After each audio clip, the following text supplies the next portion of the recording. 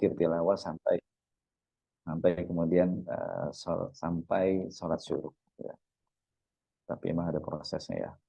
Apalagi nih, inkonsistensi, memprioritaskan waktu, hardware, mood, ya, malas, waktu, malas lagi, kadang kelupaan, ajakan teman, bermain game, lelah, burnout, waktu, dan sebagainya.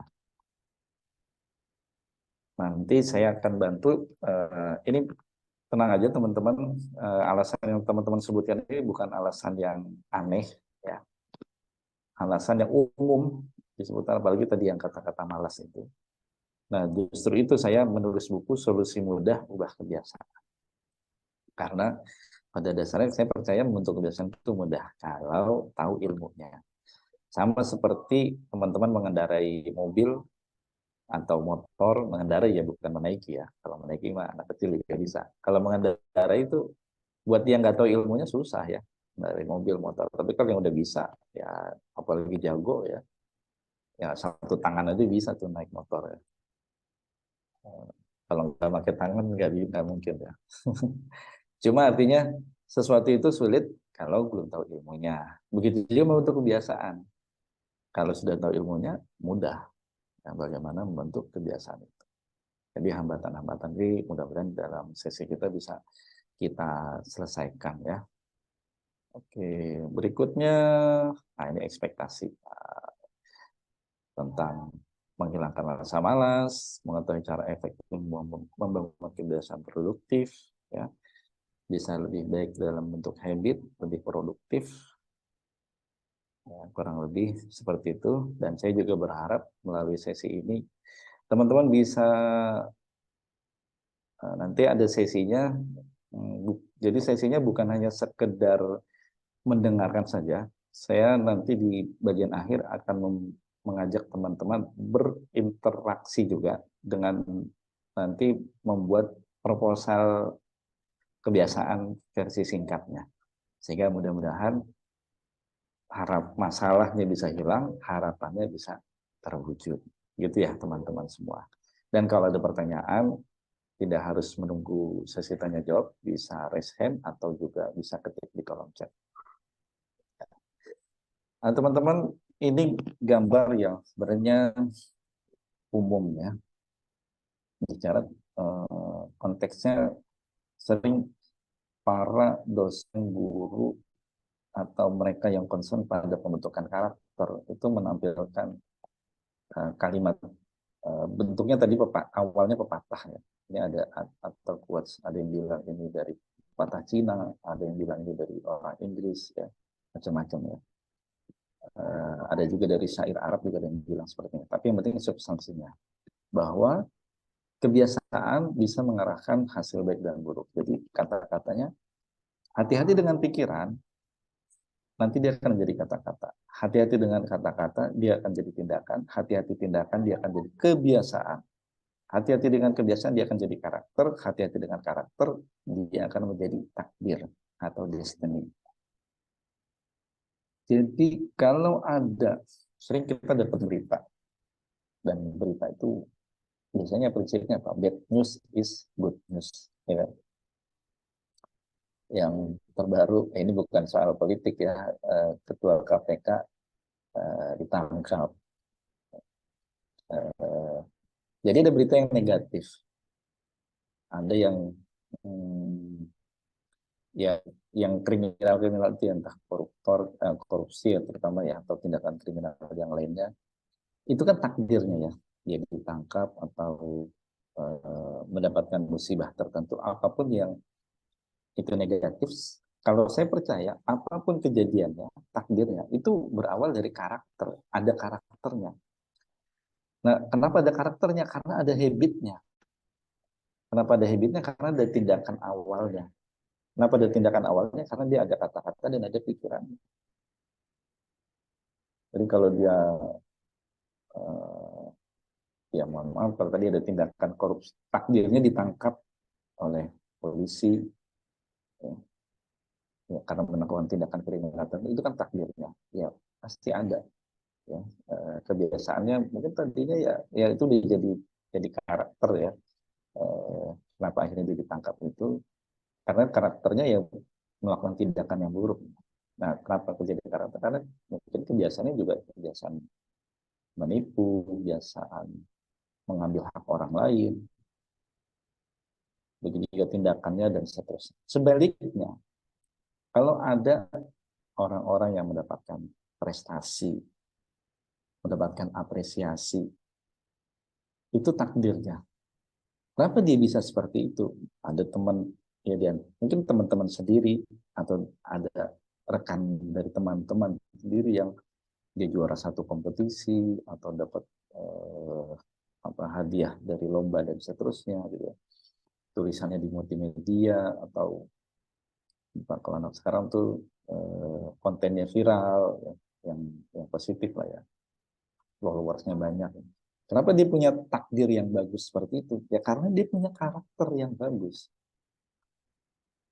Kalau dia, oh kok bisa sih menulis buku, bukunya bisa launching, ya karena dia karakternya rajin nulis, ya, karakternya suka menulis. Ya, kebiasaan apa? Kebiasaan menulis pasti ada.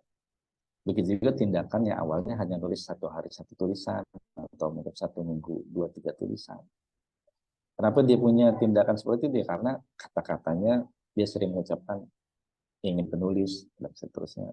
Dan itu juga berawal dari pikiran. Nah di tengah itu semua ada habit, ada kebiasaan. So kebiasaan ini menjadi kunci untuk kita mendapatkan karakter dan akhirnya mendapatkan takdir. Tentu tidak usah ditanya lagi. Kita semua inginnya dapat takdir yang baik kan, dan menghindari takdir yang buruk. Ya untuk itu otomatis kalau takdirnya baik ya karakternya harus baik, kebiasaannya kalau karakter harus baik ya kebiasaannya juga harus baik. Kalau kebiasaannya baik ya tindakannya harus baik, kalau tindakan baik kata-katanya baik, kalau kata-katanya baik pikirannya juga harus baik. Sadar atau tidak sadar teman-teman semua, apa yang dilakukan hari ini, apa yang kita hasilkan hari ini itu adalah buah dari kebiasaan kita di masa lalu. Teman-teman bisa diterima di kampus favorit ya karena hasil kerja keras teman-teman di masa yang lalu. Sadar atau tidak, percaya atau tidak, apa yang akan terjadi di masa depan tergantung pada kebiasaan teman-teman hari ini. Nanti setelah lulus ada yang langsung dapat kerja, ada yang dapat beasiswa, atau sebaliknya susah dapat kerja, susah dapat beasiswa. Itu bukan soal nanti, tapi soal hari ini. Karena takdirnya mungkin akan datang, tapi prosesnya ya dari sekarang. Jadi kalau mau dapat beasiswa, mau dapat pekerjaan yang gampang, ya diberesin dari sekarang. Nah ini sekedar berbagi ya, mudah-mudahan bukan maksudnya ujub, memang bisa menginspirasi. Jadi dulu waktu almarhum Syekh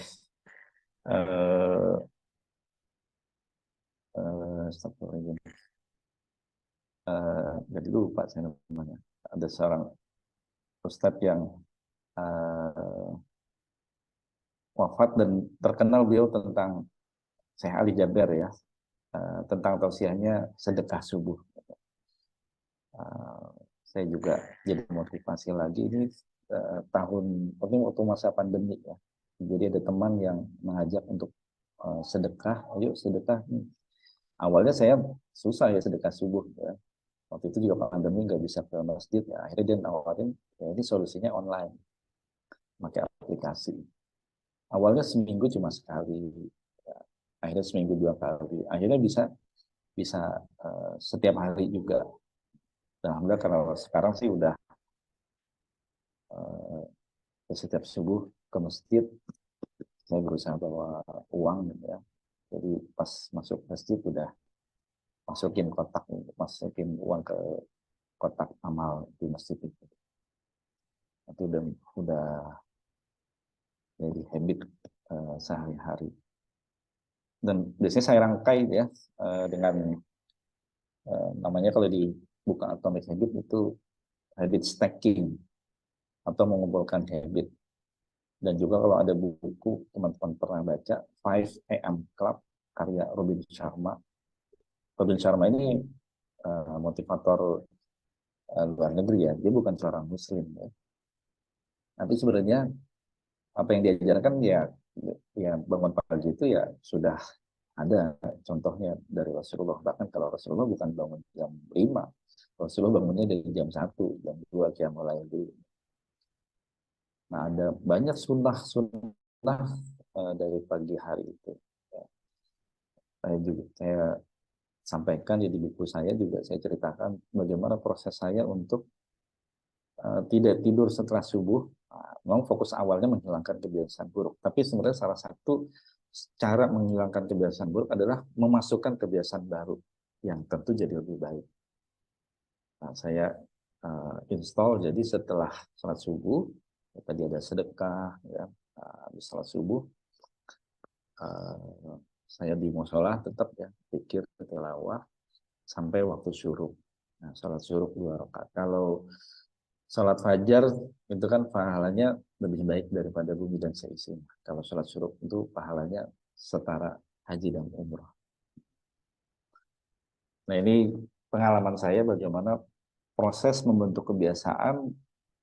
Memang ya saya ngalamin awalnya tidak mudah dengan berbagai macam cara. Tapi kemudian alhamdulillah saya ketemu, oh begini caranya. Nah, dan itu saya tuangkan di buku saya, termasuk saya sempat pernah buat kelas tentang ya habit hebat, saya namakan kelasnya gitu. Karena kelasnya ini bukan cuma sekedar misalnya 2 jam sesi materi ini saja, tapi ada pendampingan selama 30 hari untuk menginstal 1 habit dalam 1 bulan.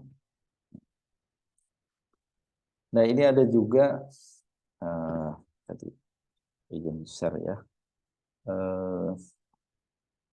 kisah Mang Odet. Ada yang kenal Mang Odet siapa?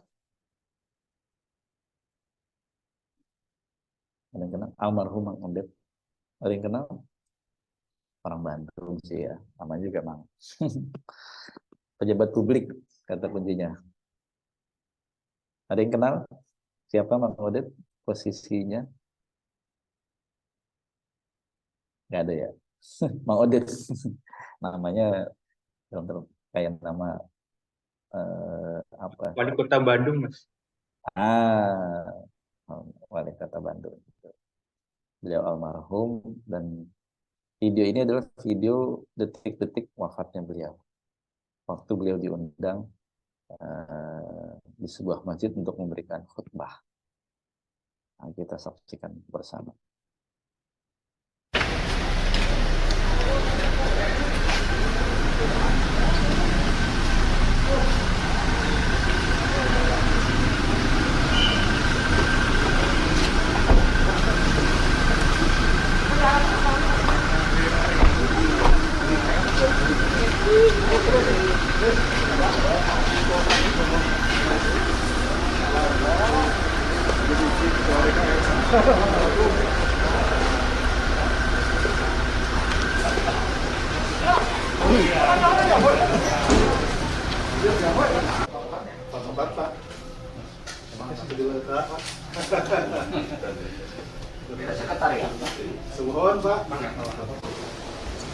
Waktu azan zuhur pada hari ini insya Allah jatuh pada pukul 11 lebih 44 menit waktu Indonesia bagian Barat, dengan imam dan khatib yaitu Bapak Haji Muhammad Odet M. Daniel S.A.P.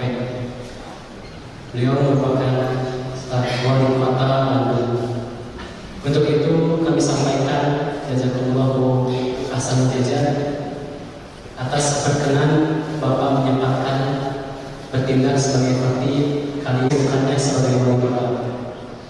Mengingat waktu beberapa saat lagi, kami anjurkan kepada jamaah yang sudah hadir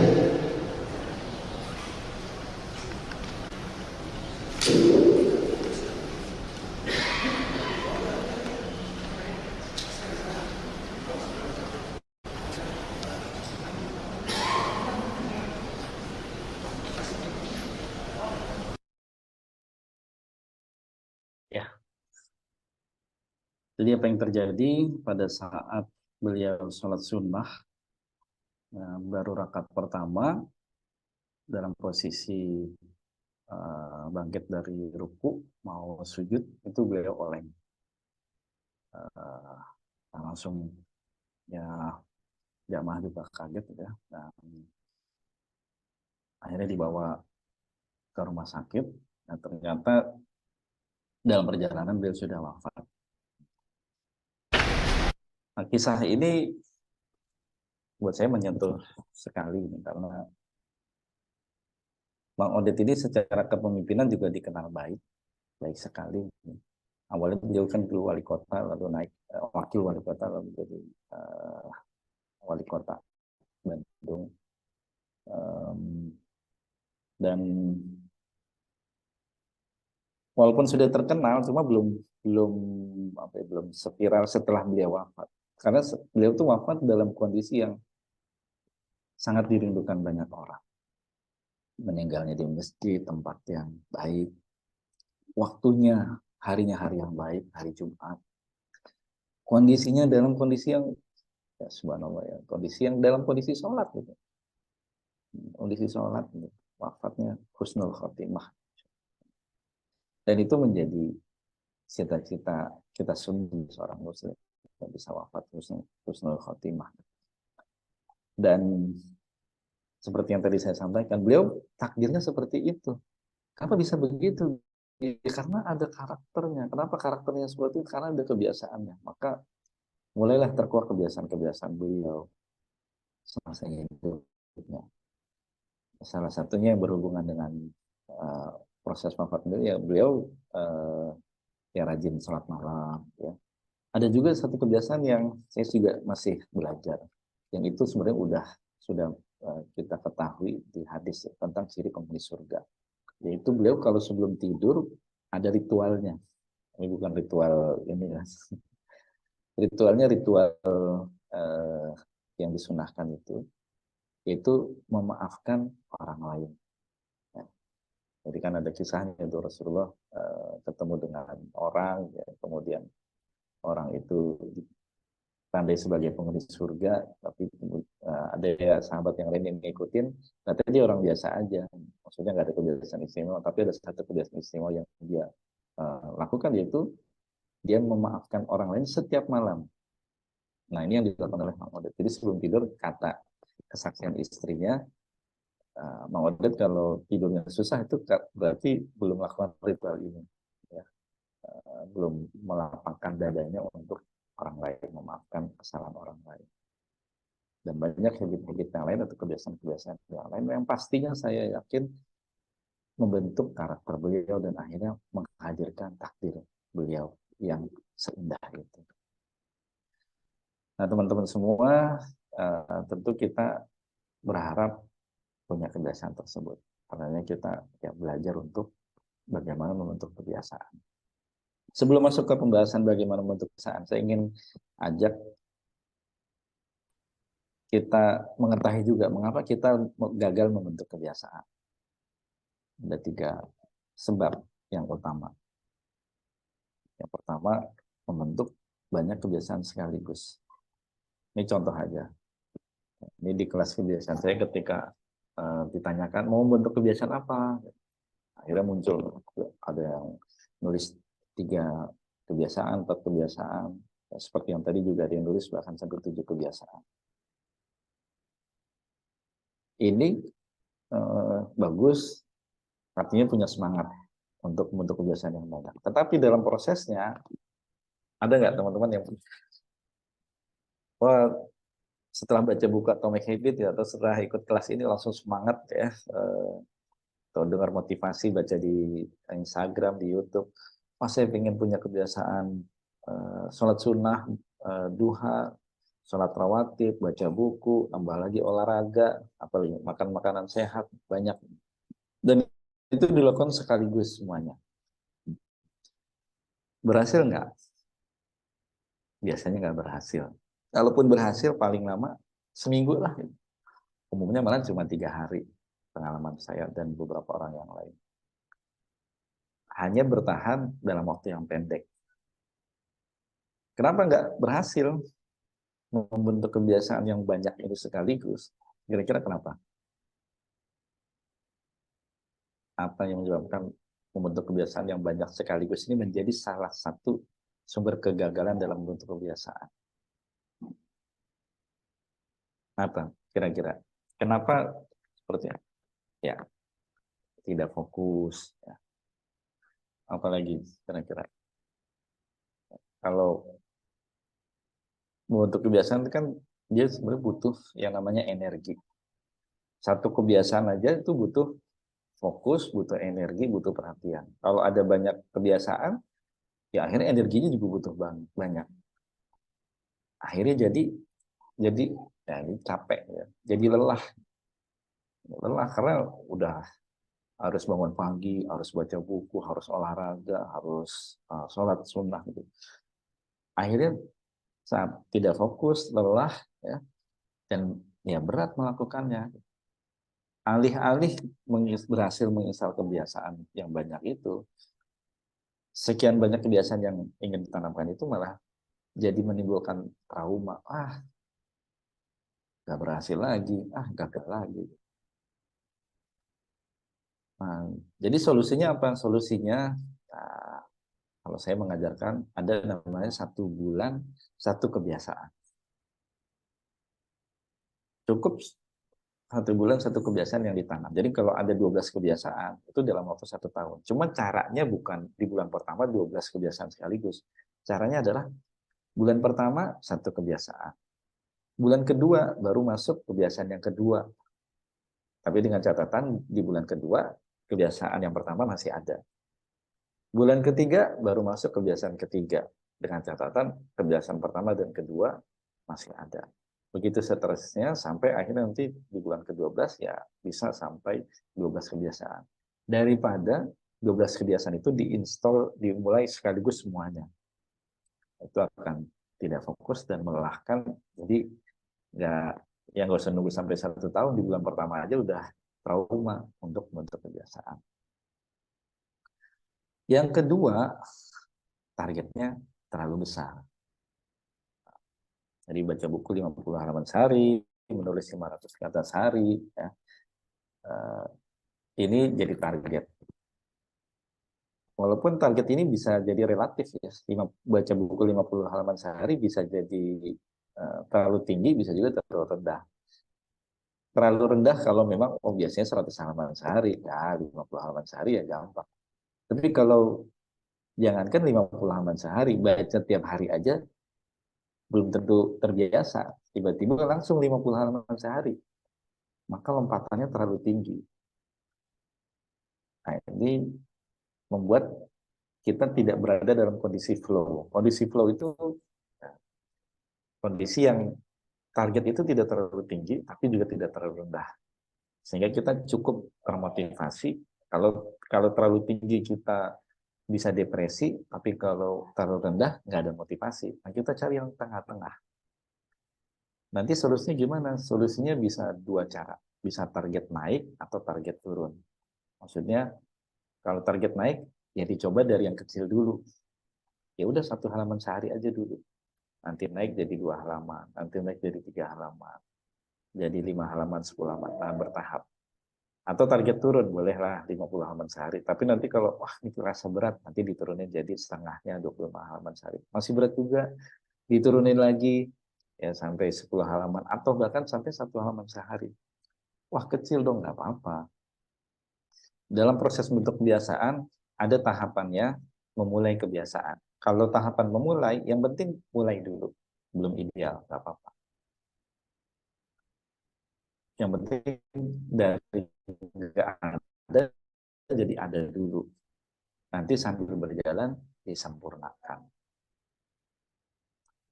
Yang ketiga, masalahnya kenapa kita gagal bentuk kebiasaan? Kurang persiapan dan perencanaan. Apa sih jadi kita lakukan kalau untuk pengen punya kebiasaan tadi, baca buku, olahraga, apa?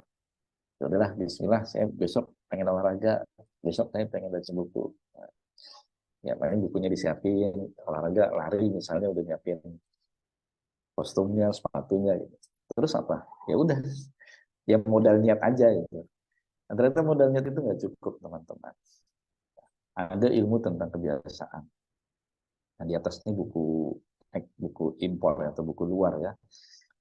The Power of Habit itu buku yang bestseller di luar ya, tahun 2012. Ini buku yang pertama menginspirasi saya untuk membentuk kebiasaan. Lalu 2019 ada buku Atomic Habit yang masih bestseller sampai hari ini. Ya, saya mereviewnya sampai jadi satu ebook sendiri tuh tentang Atomic Habit. Karena bukunya kalau baca pertama tuh ini apa ya, susah. Walaupun udah sistematis, cuma memulai dari mananya susah. Nah, orang saya akhirnya pas baca yang kedua kali, oh ini maksudnya malah dapat insight baru yang kayak didapat dari bacaan yang pertama. Good Habit, Bad Habit, ini profesor yang menulis. Jadi kalau ada yang mau cari tahu penelitian tentang habit, nah ini bukunya Profesor Wendy Wood. Hello Habits itu bukunya Fumio Sasaki, orang Jepang, menulis tentang bagaimana pengalaman dia membentuk kebiasaan. Nah, di bawah ini buku lokal, termasuk buku saya, Solusi Mudah Ubah Kebiasaan. Intinya, membentuk kebiasaan itu ada ilmunya, ada caranya, ada orang-orang yang sudah melakukannya dan berhasil. Kalau kita belum berhasil, bisa jadi belum tahu ilmunya. Maka pelajarilah itu supaya tahu ilmunya, sehingga ya lebih cepat, lebih efektif untuk membentuk kebiasaan. Nah, salah satu ilmu membentuk kebiasaan adalah tentang proses bagaimana membentuk kebiasaan. Ini dijelaskan di buku The Power of Habit, tentang bagaimana kebiasaan itu terbentuk. Nanti dari sebuah penelitian, simple penelitiannya, jadi ada sebuah, ini dilihat dari atas ya, ada sebuah penampang berbentuk huruf T, di sebelah kirinya ada tikus, dan ada pagar, pintu ya, pintu yang kalau dibuka berbunyi klik. Lalu di sebelah kiri, lorong cabang sebelah kiri dikasih makanan, ya, kasih keju, cheese ya, di sini. Nah, percobaannya gimana? Percobaannya pintu ini dibuka, lalu berbunyi klik, maka tikusnya akan bergerak maju karena dia mencium bau makanan.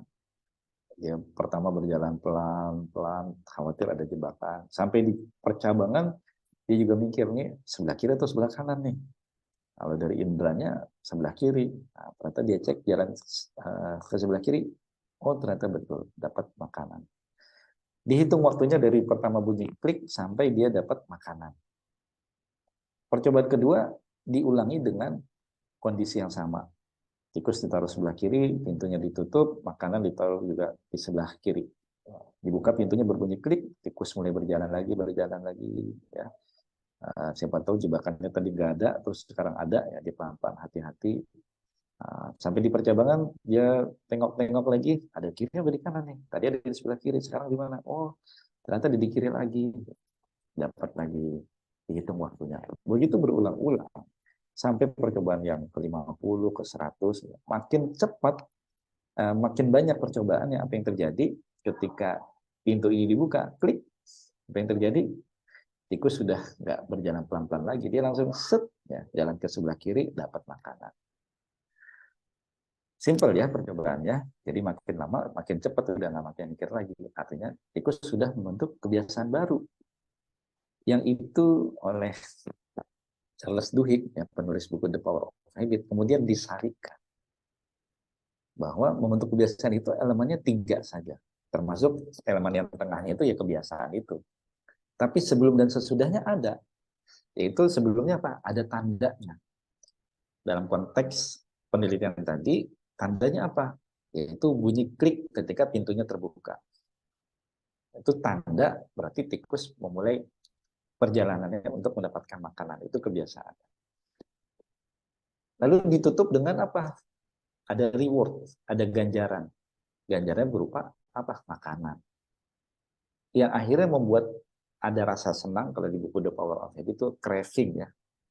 Ada craving itu artinya mengidamkan gitu ya, mengidamkan untuk pengen lagi, nyandu, walaupun agak negatif ya. Tapi intinya ada sesuatu yang membuat dia senang setelah melakukan kebiasaan itu. Sehingga kalau muncul tandanya, maka dia akan melakukan kebiasaan itu dan dia dapat rewardnya, senang lagi. Nanti muncul tandanya lagi, melakukan kebiasaan lagi, senang lagi, muncul tandanya lagi, melakukan kebiasaan senang lagi. Begitu akhirnya menjadi habit loop atau lingkaran kebiasaan. Disebut formula lingkaran kebiasaan. Ini sadar tidak sadar, semua kebiasaan kita itu komponennya tiga ini. Ya. Bangun pagi, ya kalau yang biasa ke kamar mandi, ya ke kamar mandi lah. Atau bangun pagi ada yang biasanya ngecek handphone. Atau bangun pagi ke dapur. Ya udah, sepanjang hidup ya, kalau nggak ada sesuatu yang berubah ya pasti begitu aja. Lalu kalau yang ke kamar mandi, apa yang dirasakan? Oh, tubuhnya jadi segar. Atau dia ke kamar mandi untuk berwudu misalnya. Ya besok lagi bangun pagi, ya gitu lagi. Kalau ada waktu luang, jenuh, apa ini? Buka Instagram misalnya, buka aplikasi, nonton video atau share dari teman, dari yang di follow, senang. Rasa senang itu udah cukup untuk membuat besok lagi kalau jenuh lagi ada waktu luang yang buka Instagram lagi. Akhirnya muter-muter aja tuh. Dan habit loop ini berlaku entah untuk kebiasaan positif atau kebiasaan negatif. Nah, kebiasaan negatif pasti ada tanda. Tanda itu bisa waktu, tempat, emosi, dan sebagainya. Walaupun kita tahu tuh habitnya negatif. Ya, misalnya habis subuh, sholat subuh, kan sekarang subuh itu kalau di Jakarta jam 4 lewat 10 ya. Di Jogja ya jam 4 kurang, bisa jadi jam 4 pas ya. Habis itu, wah, jam 6 masih lama kan. Ngapain tidur dulu ya. Ya, kita tahu tidur itu nggak bagus. Tapi, aduh, berat. Ya, akhirnya tidur, terus ya enak gitu tidurnya. Baru bangun jam 6. Ya, alhamdulillah bangun jam 6, kadang kesiangan gitu kan. Ya, itu kebiasaan buruk. Tapi karena kita merasa ada rewardnya, ada nikmatnya, ya besok lagi begitu lagi, begitu lagi, begitu lagi.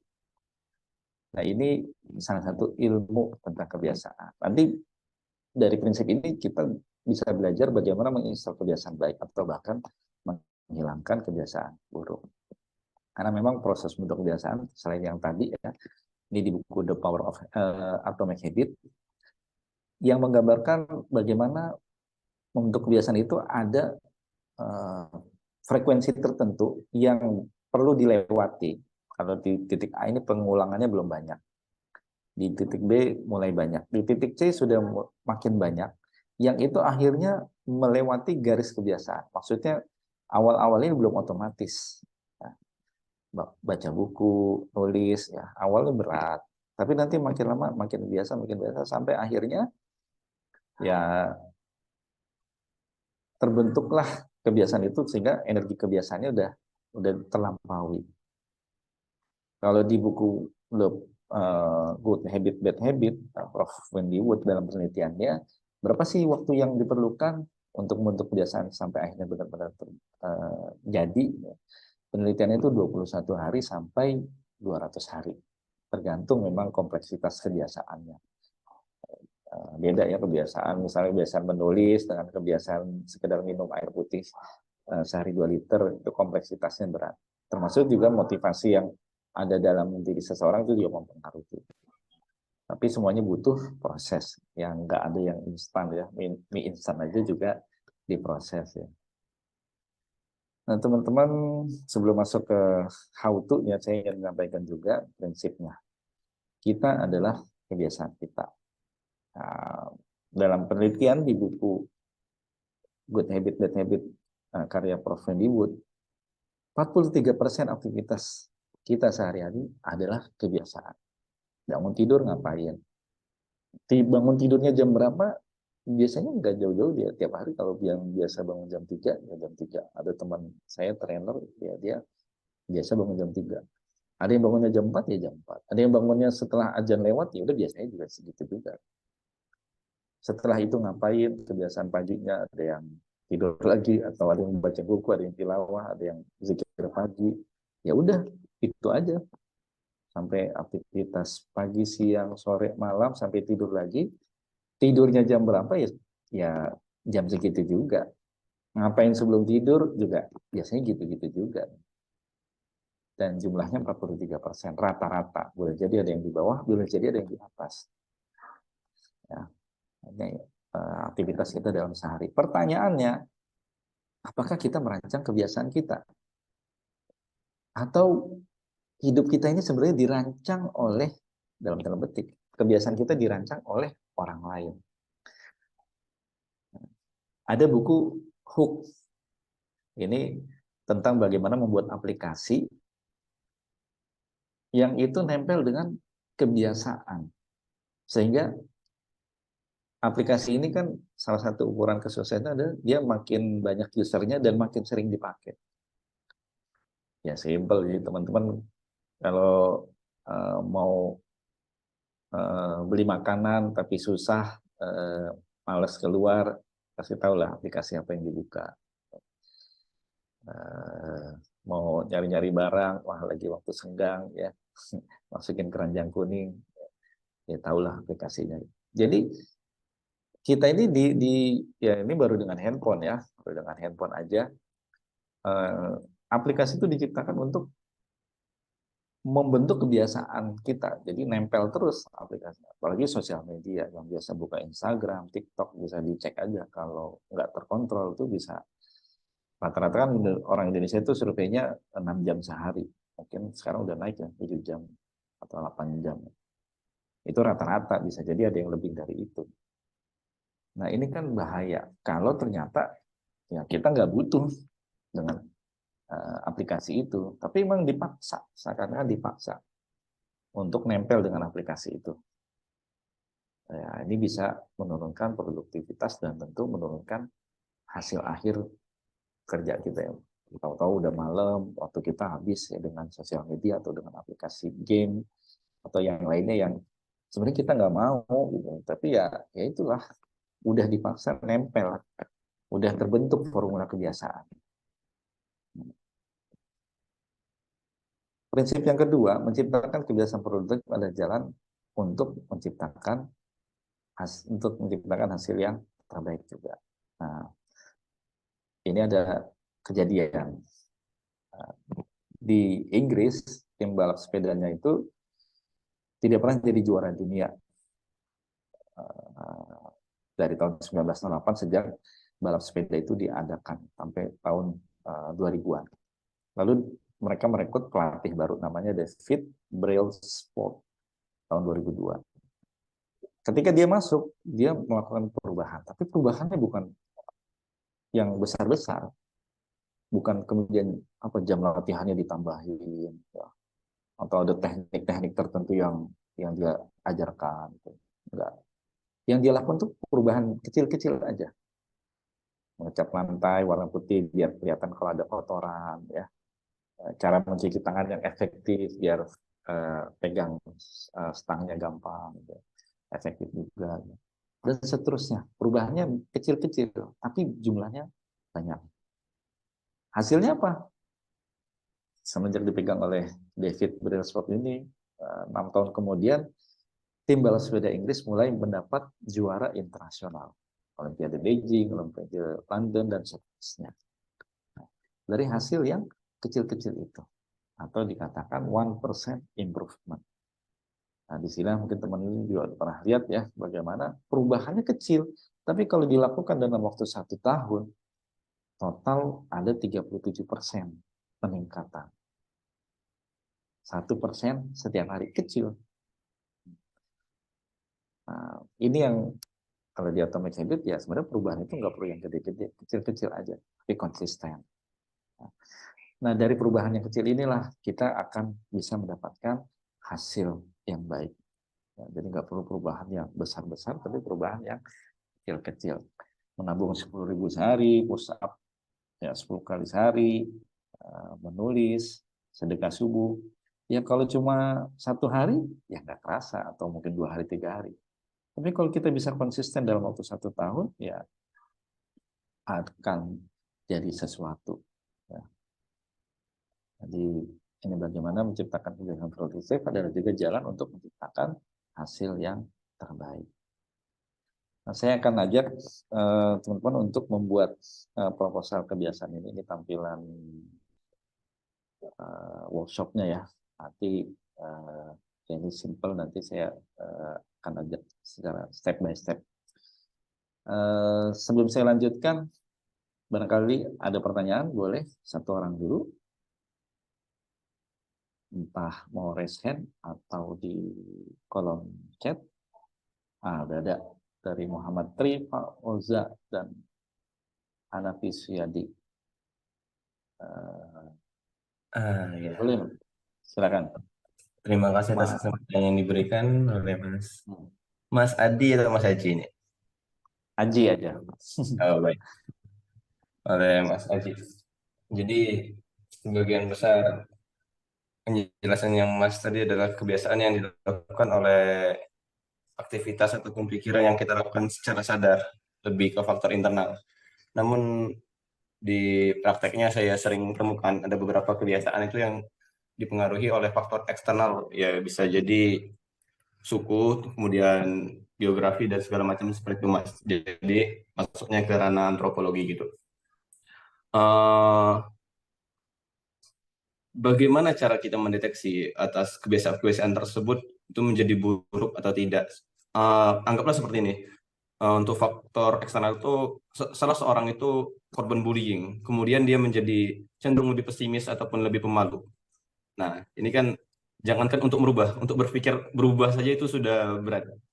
Cara untuk orang tersebut bisa sadar secara internal seperti itu kira-kira bagaimana, Mas? Dan caranya merubah itu bagaimana juga? Sekian, terima kasih, Mas. Wah, berat pertanyaan. Saya jawab ini dulu ya, dan bisa bantu. Jadi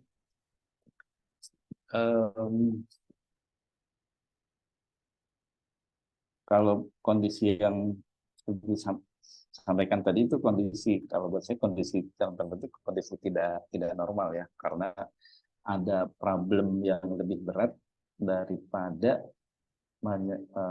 bagaimana membentuk kebiasaan, yaitu masalah ya tadi dia ada problem psikologis, ya, problem psikologis yang perlu diselesaikan lebih dulu. Nah, agar apa? Agar ya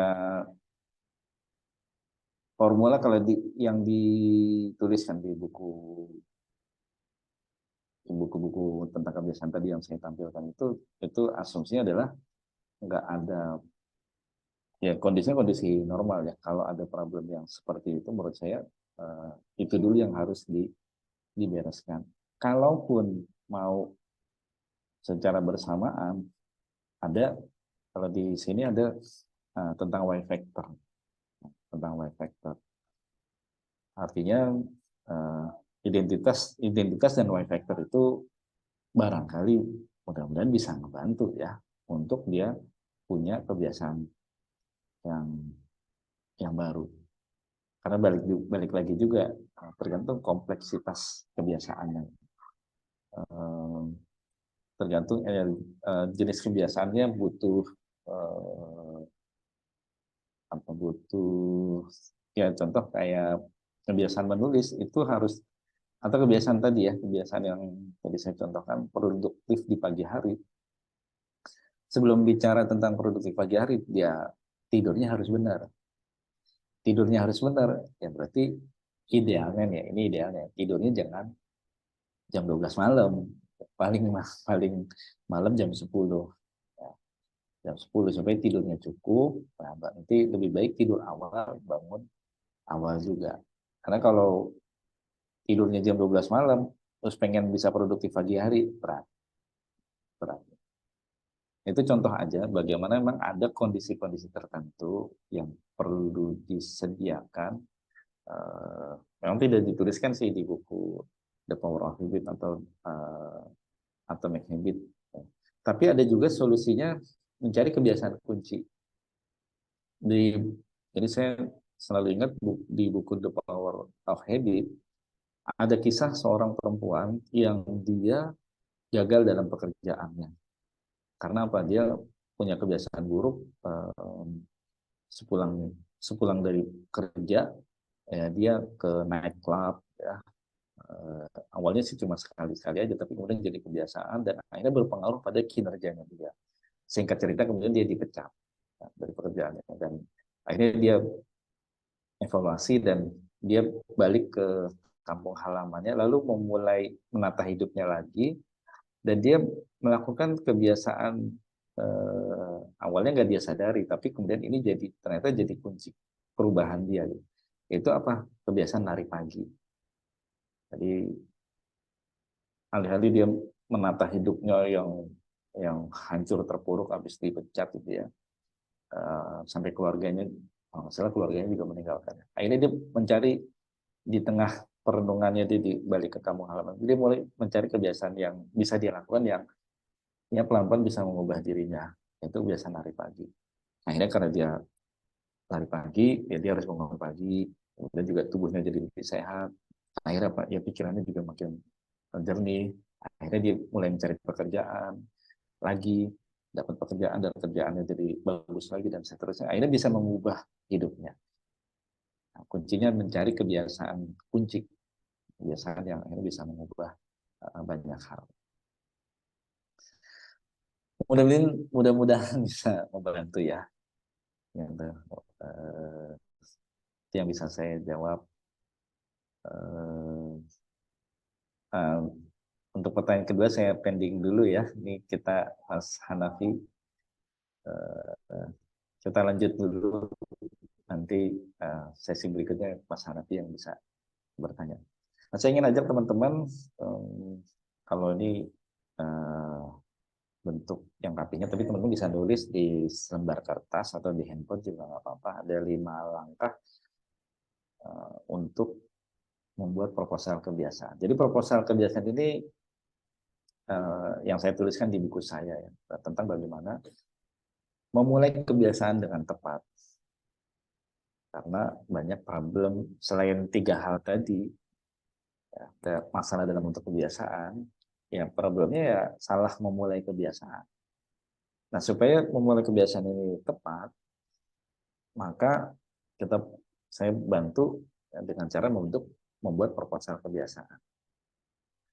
Kita mulai dari yang pertama, apa kebiasaan yang mau dibuat?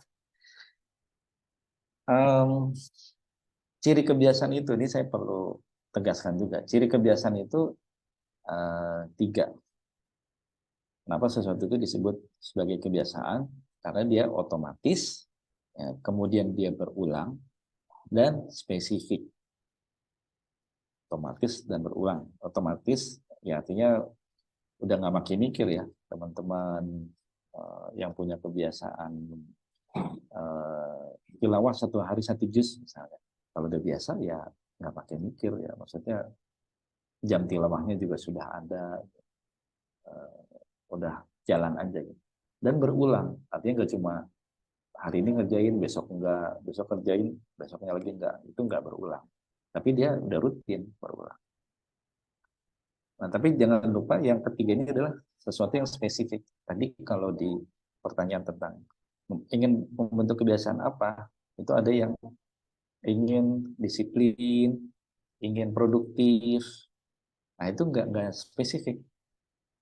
Spesifik ini bahkan sampai jumlah dan satuannya. Jadi misalnya ingin produktif, apa itu produktifnya? Misalnya baca buku. Ingin disiplin, misalnya datang tepat waktu. Kalau tadi baca buku, ya perlu diperjelas lagi satuannya apa dan berapa besarannya, ukurannya. Bisa variabelnya waktu, bisa jumlah halaman. Misalnya baca buku sehari 10 menit atau sehari 10 halaman. Jadi ada satuannya. Ini yang disebut spesifik. Jadi nomor 1, coba teman-teman tentukan apa kebiasaan yang mau dibuat. Maksimal 3, tapi kalau saran saya 1 aja juga nggak apa-apa. Nah, untuk membantu yang tadi saya jelaskan, kebiasaan itu 5 kategorinya dari hasil pengalaman saya juga membaca buku dan di kelas Habit Hebat ya. Kategorinya 5 ini, spiritual, intelektual, kesehatan, karir, kemudian keluarga dan sosial. Spiritual itu paling banyak. Apalagi kita sebagai muslim dalam Islam itu hampir semua sunnah-sunnah ya, kalau nggak dikatakan semuanya, sunnah-sunnah itu pasti Rasulullah pasti menentukan timingnya. Ada sholat duha ya waktu duha, sholat fajar waktu ya fajar, sholat syuruk waktu syuruk. Banyak sekali habit-habit, kebiasaan-kebiasaan yang Rasulullah ajarkan ya, itu berhubungan dengan pasti berhubungan dengan spiritual. Kemudian ada kebiasaan yang berhubungan dengan intelektual, baca buku, menulis, ya, menonton tapi nontonnya video pembelajaran ya, nonton videonya Pak Gita Wirjawan ya, atau Dr. Fahrudin Faiz, misalnya yang rutin ya, bukan video gosip ya, apalagi video lagu ya, yang ini produktif, baca berita, update ya, dan yang lainnya. Ini kebiasaan terkait dengan intelektual. Yang ketiga terkait dengan kesehatan. Wah, ini banyak banget ya. Di kelas saya itu ada yang kelihatannya sepele ya. Kebiasaannya adalah minum 2 liter air putih sehari. Saya ingat banget karena awalnya apa susahnya sih minum 2 liter air putih sehari. Kalau yang udah tahu dari sisi Y factor-nya itu bagus banget buat kesehatan. Karena banyak juga yang dia masalah ginjal, tuh sakit ginjal karena kurang minum air putih, justru banyak minum air yang berwarna ya, teh atau soda atau minuman dengan ya merek-merek tertentu. Padahal yang sehat ya minum air putih 2 liter. Awalnya saya pikir ini kayaknya simpel banget, tapi ternyata susah juga ya. Akhirnya di kelas saya 1 bulan 1 kebiasaan, alhamdulillah berhasil. Bahkan jadi mau dari 1 kebiasaan itu mau kebiasaan yang lain, ya, olahraga, makan makanan sehat dan sebagainya yang berhubungan dengan kesehatan. Keempat, berhubungan dengan karir. Kalau dalam konteks teman-teman ya sebagai mahasiswa ya bagaimana belajarnya jadi lebih produktif lagi. Ya, punya jam belajar bersama teman-teman misalnya, atau punya jam baca pelajaran sebelum atau sesudah kelas misalnya, dan hal-hal yang lain terkait dengan tugas sebagai mahasiswa atau mungkin juga tugas di organisasi. Terakhir yang berhubungan dengan lingkungan di kos-kosan atau di asrama dan juga lingkungan keluarga. Itu ada beberapa kebiasaan yang bisa dibangun. Nah, silakan teman-teman tentukan 1 kebiasaan, 1 aja. Nah, ini contoh ya di kelas saya, kebiasaan apa aja yang pernah dituliskan. Ya rata-rata nggak jauh dari 5 kategori itu. Lebih banyak tuh yang di spiritual dan intelektual. Ada yang bahkan apa tuh, bikin puisi. Mana itu? Saya ingat ada, dia emang ingin jadi sastrawan, kebiasaannya bikin 1 hari 1 puisi. Oh ini dia, yang nomor 3 ya, 1 hari 1 puisi. Ya, supaya nanti jadi koleksi. Biasanya kan para sastrawan ya dia ngumpulin ya dari puisi harian itu, nanti dia pilih, akhirnya bisa jadi buku. Kalau ada banyak kebiasaan yang ingin teman-teman wujudkan, kan harus milih. Caranya bagaimana? Gunakan 3 ukuran ini. Dari kebutuhan, teman-teman butuh mana yang paling butuh. Misalnya mau antara baca buku dengan olahraga, mana yang paling dibutuhkan? Kalau olahraga, apakah olahraga itu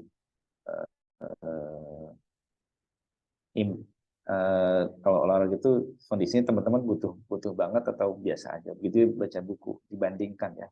Olahraga, baca buku, atau mungkin mau nulis misalnya, dibandingkan mana yang paling dibutuhkan. Misalnya teman-teman lagi skripsi ini, mungkin ya kebiasaan nulis yang lebih penting daripada olahraga. Olahraga bukannya nggak penting, tapi dibandingkan dengan menulis ternyata lebih penting itu.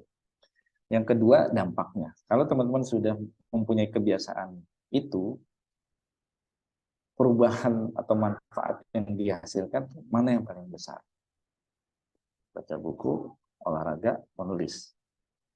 Wah, kayaknya nih saya lagi sakit-sakitan nih, olahraga nih yang butuh nih. Kalau saya bisa olahraga setiap hari, wah sehat saya, nanti bisa nulis, bisa baca. Misalnya ya. Jadi ketahuan mana yang paling besar. Yang terakhir paling mudah, paling gampang. Artinya kalau misalnya mau lari pagi, ya mungkin harus punya sepatu larinya, gitu. Harus beli dulu, keluar duit. Ya. Kalau baca buku, harus punya bukunya. Kalau nggak punya, kalau ada ya alhamdulillah. Kalau nggak, harus nyari bukunya lagi. Kalau nulis, ya tinggal nulis doang, lebih gampang. Ya mana yang paling mudah lah. Jadi 3 kriteria ini bisa teman-teman gunakan untuk memilih mana kebiasaan prioritas yang ingin teman-teman install.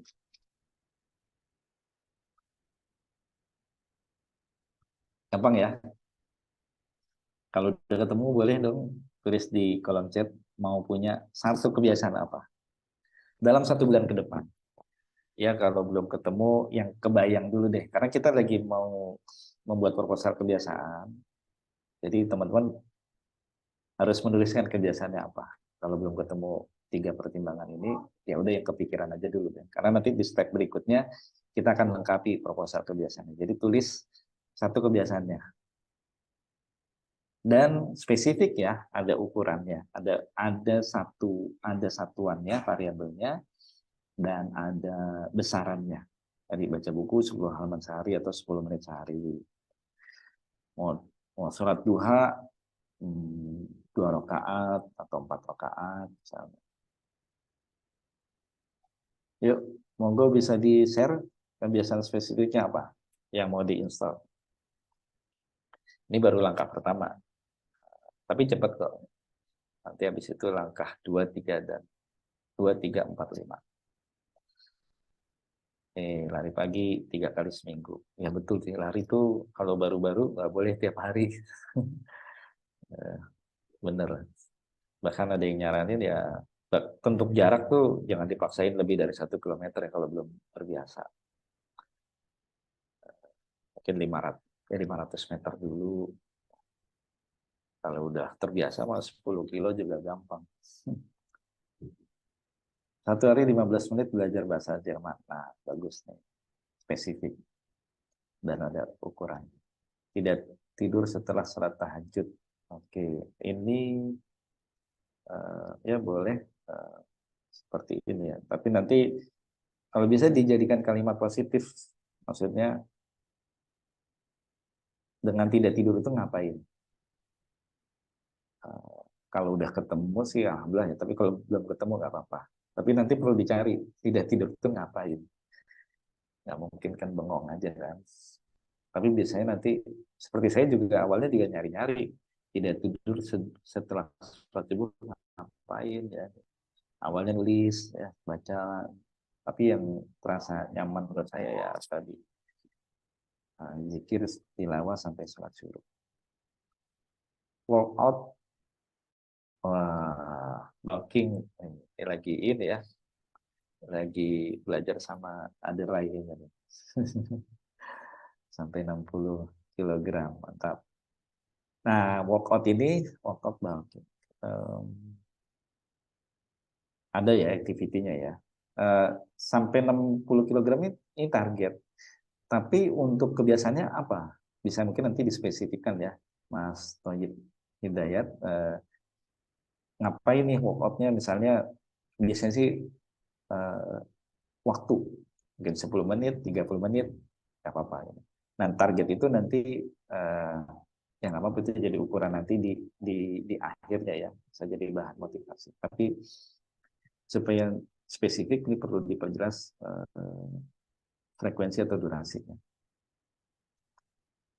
Ini tadi tidak terus langsung betul dengan ziyadah hafalan. Ya, kalau mau ditambahin ziyadah hafalannya berapa banyak atau berapa lama. Baca ayat 1000 dinar 100 kali setiap hari. Oke. Nah, nanti kalau target-target ini pastikan dalam kondisi flow ya. Tadi ya, jangan terlalu tinggi sehingga membuat kita frustasi, atau jangan terlalu rendah yang kita jadi nggak ada motivasi. Ya, merem aja tercapai misalnya. Nanti bisa pakai cara naik atau cara turun. Mandi sebelum salat subuh dan murojaah. Oke. Meletakkan barang pada tempatnya sesudah digunakan sehingga menjadi pribadi yang bersih, rapi, dan teratur. Boleh, mungkin nanti timing aja ya, kapan ini dilakukan beres-beresnya itu, supaya nanti bisa kita evaluasi apakah sudah tercapai atau belum kebiasaannya. Mungkin pagi hari jam 6 atau malam hari sebelum tidur, monggo mana yang bisa dijadikan tandanya. Oke. Nah, teman-teman yang lain yang belum nulis, mudah-mudahan nulis ya di kertas masing-masing supaya nanti di tahap berikutnya bisa jadi proposal kebiasaannya. Oke, dari Mas Fauzan, membaca buku non-fiksi 5 halaman per hari dan membuat rangkuman singkatnya. Ini menarik nih. Oh iya, soal target itu, ini target ideal, nanti ada namanya target memulai. Target ideal mungkin 5 halaman sehari, tapi nanti mulainya boleh jadi 1 halaman sehari. Nanti bertahap sampai ke 5 halaman sehari. Karena nanti kalau di tahap memulai, yang penting mulai aja dulu. Kalau udah berhasil, pertahan naik. Gitu ya. Bahkan kalaupun 5 halaman sehari ini masih terasa berat ya untuk mulai, ya udah nggak apa-apa, 1 halaman sehari, 1 halaman ya, jangan sampai 1 paragraf ya. Kalau di Atomic Habit itu ada kisah orang mau menurunkan berat badan dengan fitness tadi ada ya. Dengan fitness dia harus masuk ke, disarankan untuk ikut masuk ke gimnasium ya, workout. Tapi di awal-awal karena dia belum pernah ke gym ya, yang dilakukan apa? Yang dilakukan dia datang aja ke tempat gymnya. Hari pertama datang nggak masuk, pulang. Hari kedua datang lagi, nggak masuk, pulang. Sampai 7 hari dia cuma datang dan nggak masuk. Tapi di hari ke-8 ya masa cuma datang doang. Ya akhirnya dia masuk. Nah ketika dia masuk akhirnya dia ngeliat dan mulai nyoba-nyoba. Singkat cerita akhirnya jadi juga dia punya kebiasaan workout setiap hari. Awalnya cuma datang doang, nggak ngapa-ngapain. Oke, terima kasih teman-teman.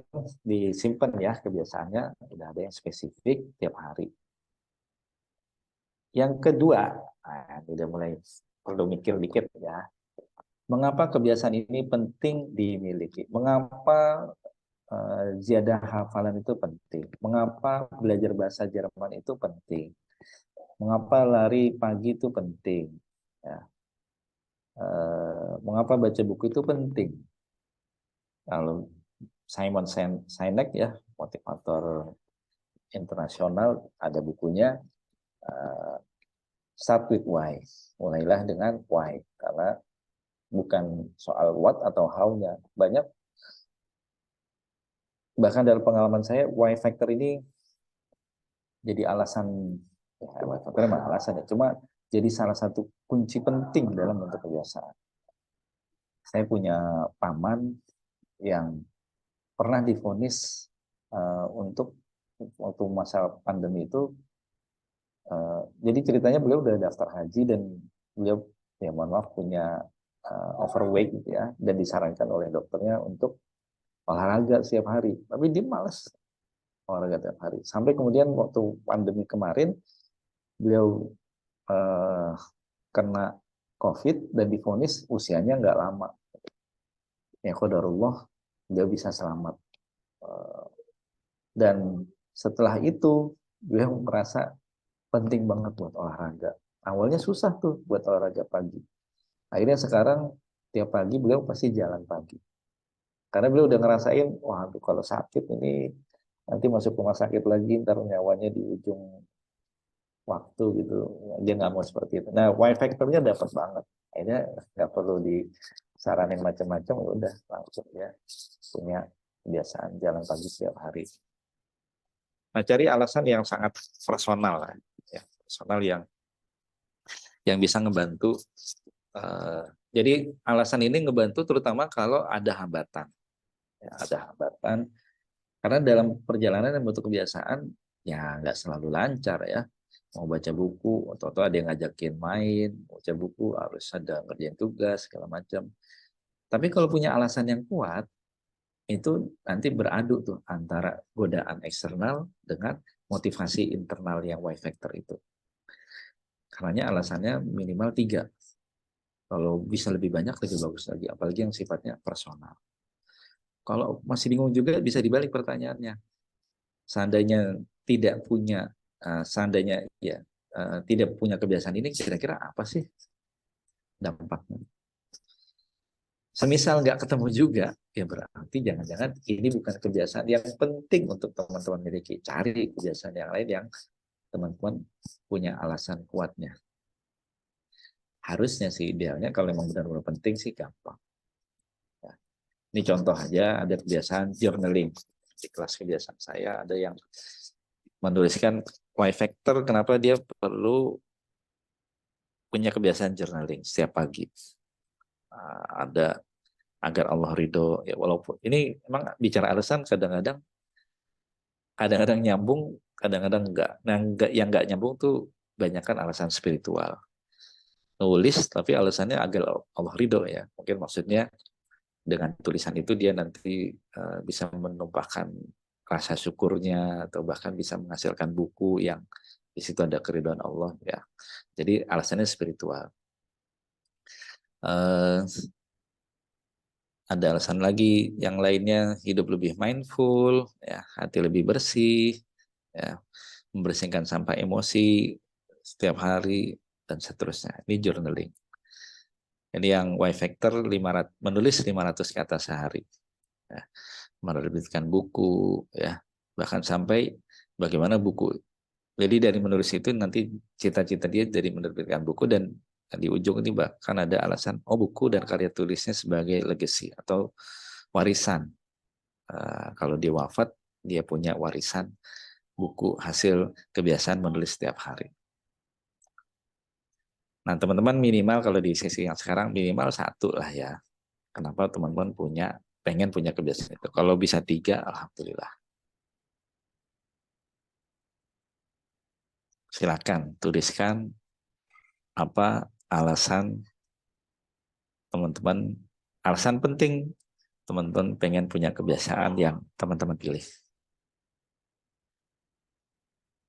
Oke. Saya waktu berapa menit nih? Udah dapat ya?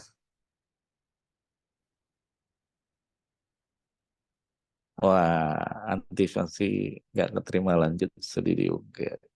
Oh, ini yang kalau nggak salah yang mau belajar bahasa Jerman ya.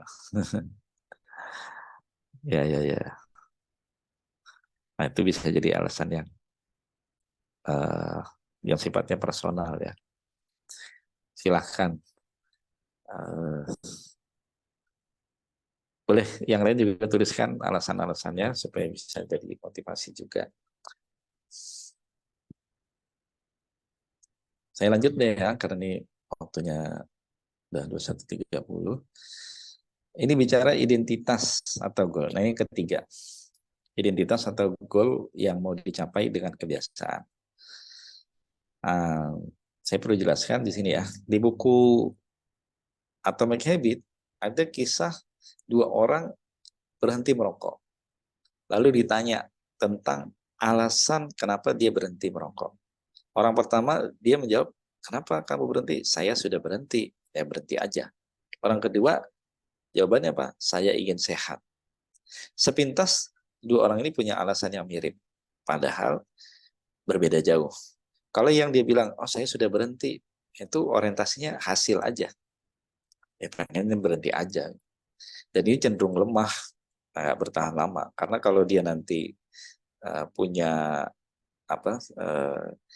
alasan yang lain ya, ada yang nggak ngajakin lagi, ya bisa jadi udah hilang lagi motivasinya gitu. Karena dia cuma berorientasi pada hasil aja. Yang kedua, saya ingin sehat, itu dia udah punya orientasi identitas.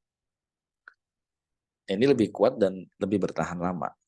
Kenapa begitu? Ini lapisan perubahan digambarkan oleh James Clear di bukunya Atomic Habit. Paling dalam itu perubahan itu adalah identitas, lalu proses dan hasil. Kalau kebiasaan yang berorientasi pada hasil, itu perubahannya dari luar lalu ke dalam. Misalnya, ingin baca buku. Pengen apa? Baca buku. Ya pokoknya pengen baca buku aja. Tapi nggak tahu sebenarnya identitas apa yang ingin dicapai. Memang pada akhirnya nanti dari baca buku, ya saya nanti ketemu cara bacanya bagaimana yang bagus, ya jam bacanya kapan. Sampai akhirnya nanti dengan baca buku, ya wawasannya jadi luas, jadi pribadi yang memiliki wawasan yang luas misalnya. Nah itu udah identitas. Tapi prosesnya kalau cuma sekedar pengen baca buku aja, itu namanya perubahan dari luar ke dalam. Itu nggak bertahan lama ya, karena belum mengubah identitas. Nah yang disarankan oleh James Clear, perubahan itu dari dalam keluar. Jadi kita perlu tahu identitas apa atau target apa yang ingin kita capai dengan kebiasaan yang sedang kita bangun. Identitasnya apa? Identitas itu contohnya gini ya, pribadi produktif, pribadi yang berpengetahuan luas, orang yang sehat, orang yang dermawan. Ya. Itu profil. Ya. Bisa nanti profil, nah ini bisa profesi, bisa profil, bisa impian. Goal juga bisa jadi target. Yang ingin S1 misalnya, atau skripsi selesai, tadi kayaknya ada beberapa tuh yang pengen punya kebiasaan, punya target itu ya. Itu bukan kebiasaannya menurut skripsi, tapi itu adalah targetnya. Goal itu bisa juga. Nah kita perlu ada identitas atau goal itu. Kenapa? Karena dia seperti, kalau sepeda itu seperti dua kayu. Contoh misalnya dengan kita lari pagi, maka kita harapannya itu bisa membentuk identitas orang yang sehat. Jadi ketika kita lari pagi, kita sadar, saya ingin jadi orang yang sehat. Maka kita ingin, dari kesadaran itu kita jadi mau lari pagi. Nah, ketika udah lari pagi, kemudian muncul rasa bahagia, rasa optimis bahwa identitas itu kuat. Wah, gini loh rasanya jadi orang sehat. Nah, karena kita ingin jadi orang sehat, maka yaudah besok lari pagi lagi deh. Jadi kita seperti apa ya? Ya tadi dua kayu sepeda itu. Karena punya kebiasaan, ada identitasnya. Ada identitas, pengen punya kebiasaan. Jadi saling menguatkan satu sama lain. Dan di Al-Quran tuh banyak sekali identitas-identitas yang dimunculkan. Kalau di Al-Baqarah yang di awal, ya itu tentang profil dalikal kitabu la raiba fihi hudallil muttaqin. Itu profilnya orang bertakwa. Tapi ciri-cirinya apa? Alladzina yu'minuna bil ghaib, ya, wa yuqimuna shalah, wa mimma razaqnahum yunfiqun. Itu kebiasaannya. Jadi ada profil, ada kebiasaan. Ada lagi surat Al-Mu'minun, qad aflahal mu'minun alladzina fi salatihim khashi'un walladzina hum 'anil lagwi mu'ridun. Nah, itu habit tuh. Tapi ada identitasnya, al-mu'min. Itu bisa jadi ciri-ciri, bisa jadi identitas juga. So, teman-teman tentukan dari kebiasaan, tadi udah ada Y factor-nya ya. Sekarang identitasnya apa? Identitas itu bisa profesi, bisa profil, bisa tipe orang, bisa impian. Simple ya. Oke, masih ada dua lagi. Tapi ini belum bisa lebih cepat ya. Simpan ya. Tadi tiga yang pertama, sekarang ini dua yang terakhir. Dua yang terakhir tadi sebagian saya sudah jelaskan tentang formula lingkaran kebiasaan. Nah, saya ingin jelaskan cara membentuk kebiasaan. Jadi kalau kebiasaannya udah ya, tadi yang nomor 1. Sekarang tentang tanda dan rewardnya. Tanda ini harus spesifik, terukur, dan terjadi rutin setiap hari. Reward juga begitu. Nah, kita mulai dari yang nomor 4. Yang perlu ditentukan adalah kapan kebiasaan ini akan dilakukan setiap hari. Jadi kalau tadi kan yang tikus tadi ada tanda waktunya, pintunya terbuka klik. Nah, teman-teman kapan mau baca ayat 1000 dinar 100 kali tiap hari? Bisa satu waktu, bisa 2 waktu, bisa 3 waktu ya, terserah. Tapi ada waktu yang spesifiknya. Nah, kalau tadi yang tidak tidur setelah salat tahajud dan dia ada hafalan itu ya pasti ya setelah salat tahajud itu waktu. Mau apalagi belajar bahasa Jerman, kapan waktunya? Nah, pilihan waktu itu. Jadi tanda, sebenarnya kapan tanda kebiasaan? Nah, tanda kebiasaan itu ada 5.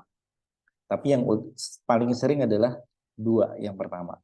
Yang pertama adalah waktu. Jadi sehari ada 24 jam. Kapan tentukan jamnya? Kalau perlu menitnya. 6, 6.30, 6.15 kalau perlu ya. Yang penting spesifik dan ya udah tiap hari jam 6 belajarnya, tiap hari jam 6 lari paginya. Ya, begitu aja terus. Tapi harus ditentukan. Jangan sampai kapan mau baca buku? Ya, kalau sempat, ya kalau sempat, kalau nggak sempat, ya susah itu. Jadi harus dibuat tanda waktunya. Bisa juga tandanya adalah aktivitas sebelumnya. Ini trik juga. Daripada kita bingung waktunya kapan, kita bisa menempelkan dengan kebiasaan yang sudah ada setiap hari kita lakukan. Misal, teman-teman setiap hari berangkat ke kampus, misal ya, dan pulang ke kampus. Entah itu jalan kaki atau naik kendaraan. Nah, itu yang zikir tadi tuh membaca ayat 1000 dinar, atau kalau saya itu punya kebiasaan ya kalau lagi perjalanan berangkat ya baca subhanallah alhamdulillah wa la ilaha illallah wallahu akbar. Ya. Jadi itu ketika perjalanannya ya, atau berangkat atau pulang. Itu bisa ditempel atau bisa sebelum dan sesudahnya. Kayak misalnya sebelum misalnya baca buku sebelum tidur. Kalau tidur kan udah ada jamnya ya. Tapi sebelum tidur ngapain? Bisa aja ditempel sebelum tidur tuh ya baca bukunya itu ditempel sebelum tidur. Begitu juga kebiasaan-kebiasaan yang lain, apa yang teman-teman rutin lakukan ditempel aja dengan kebiasaan itu sebelum dan sesudahnya. Tanda yang lain nih suasana hati dan jiwa. Ini kan kita nggak bisa tentuin ya kapan kita lagi jenuh. Ya. Karena tanda itu kuncinya adalah mudah didapatkan dan berulang. Tempat pun bisa jadi tanda. Kalau saya masuk musola, saya akan sedekah tiap hari. Ya berarti kuncinya harus ke musola setiap hari. Kalau memang begitu ya itu bisa jadi tanda. Ketemu orang, ya, itu juga bisa jadi tanda. Tapi ya 2 yang pertama ini udah cukup. Biasanya bahkan yang nomor 1, tanda waktu, jam. Oke. Gampang ya. Kalau masih bingung, bisa teman-teman tentukan 3 pilihan waktu. Pagi, siang, sore. Misalnya tadi ada yang mau nulis, ya awalnya mungkin nulis pagi, dicoba aja 3 waktu itu. Nanti mana yang paling nyaman. Nah, nyaman ini berhubungan dengan dengan reward juga. Reward itu prinsipnya adalah sesuatu yang membuat kita senang dengan kebiasaan itu sehingga kita mau melakukan kebiasaan itu, mau mengulangi lagi besok hari. Karena ini kan kebiasaan harian. Dan reward ini harus ya sebenarnya nggak ada reward yang langsung atau tidak langsung. Contoh kalau yang langsung, teman-teman misalnya menulis, ada kebiasaan menulis. Nah, itu kan ada tulisannya. Itu reward langsung. Pas ada tulisannya, oh bagus nih tulisannya. Oh ternyata bisa ya saya nulisnya. Itu hasil yang membuat, wah besok saya mau nulis lagi deh. Kalau yang tidak langsung gimana? Seperti baca buku. Nah tadi ada tuh yang baca buku, nah ini Mas Fauzan ya. Baca buku, lalu membuat rangkuman. Nah membuat rangkuman itu bisa jadi reward. Apalagi kalau rangkuman itu di-share ya. Setelah baca buku, terus buat insight-nya, lalu di-share. Kenapa? Bisa jadi ketika membuat rangkuman dan di-share, nanti ada teman-teman yang merasa, oh bagus nih tulisannya, bagus nih sharingnya. Nah, ketika kita merasa senang, wah ternyata hasil sharing saya diapresiasi ya, wah saya jadi mau baca buku lagi. Itu akhirnya bisa jadi reward. Jadi bisa yang langsung atau tidak langsung. Tapi jangan reward itu kemudian sesuatu yang memberatkan. Misalnya setelah baca buku, saya akan eh, makan nasi padang, rendang. Ya, rewardnya begitu ya. Kalau punya duit tiap hari makan rendang ya alhamdulillah gitu. Cuma jangan sampai rewardnya memunculkan kebiasaan baru yang jadi malah memberatkan. Bicara reward ini unik teman-teman karena inilah yang ya reward dan formula kebiasaan itu bahkan sampai dipakai oleh orang-orang marketing produk ya. Kalau teman-teman pasti tahu lah ya. Apapun makanannya, minumannya, tut, sponsor ya. Itu sebenarnya udah jadi formula kebiasaan. Jadi tandanya, lalu nanti minumannya ya produk itu. Nah, produk itu bikin kita segar, senang gitu ya. Akhirnya nanti apapun makanannya, minumannya, produk tersebut. Ya. Nah inilah teman-teman lingkaran kebiasaan. Ya, tadi lingkaran kebiasaan. Nah nanti teman-teman akhirnya jadi punya mini proposal kebiasaan. Ya, dari mulai kebiasaannya apa, lalu Y factor-nya, lalu identitasnya, ini kebiasaan mereview satu ayat Al-Quran setiap hari, Y factor-nya lebih memahami ayat Al-Quran dan seterusnya. Ingin jadi apa? Ingin jadi pembelajar Al-Quran. Kapan waktunya? Setelah sholat maghrib. Apa ganjarannya? Hati merasa lebih lega dan damai. Ya udah, ini udah jadi ini proposal kebiasaan yang awal ya minimal. Dan mudah-mudahan bisa membekali teman-teman untuk memulai kebiasaan produktif. Dari saya cukup sekian dulu untuk sesi tanya jawab. Kayaknya tadi PR Mas Hanafi ya. Kalau masih mau bertanya, boleh sekarang waktunya. Sambil teman-teman yang lain juga boleh ketik di kolom chat atau raise hand juga untuk bertanya. Ya, saya boleh bertanya nih, Mas Aji. Ya, silakan. Ya, baik. Terima kasih. Tadi apa yang disampaikan cukup menarik ya, karena dewasa ini saya mulai sadar bahwa habit itu penting gitu untuk menentukan masa depan kita, karena masa depan itu ditentukan apa yang kita lakukan sekarang gitu kan. Mengingat kita nih sebagai mahasiswa dan ntar lagi lulus akan menjalani dunia profesional dan lain sebagainya gitu. Nah, kebetulan juga nih Mas Aji, aku lagi baca buku Atomic Habit gitu ya dari James Clear. Nah, bahwa di situ dijelaskan bahwa perubahan itu dimulai dari yang kecil-kecil aja, mulai dari 1% gitu, dan sebisa mungkin menjadikan sebuah kebiasaan baik itu mudah dan terlihat gitu, dan sebaliknya untuk kebiasaan buruk dan dijadikan sebagai susah dan tidak terlihat. Nah, tapi gini Mas, banyak contoh-contoh di buku itu gitu ya. James Clear itu mengatakan bahwa salah satu faktor kita gitu penghambat untuk memulai kebiasaan baik gitu itu adalah kebiasaan buruk, karena kebiasaan buruk itu menyita waktu dan tenaga untuk kita bisa memunculkan kebiasaan baik gitu ya. Nah,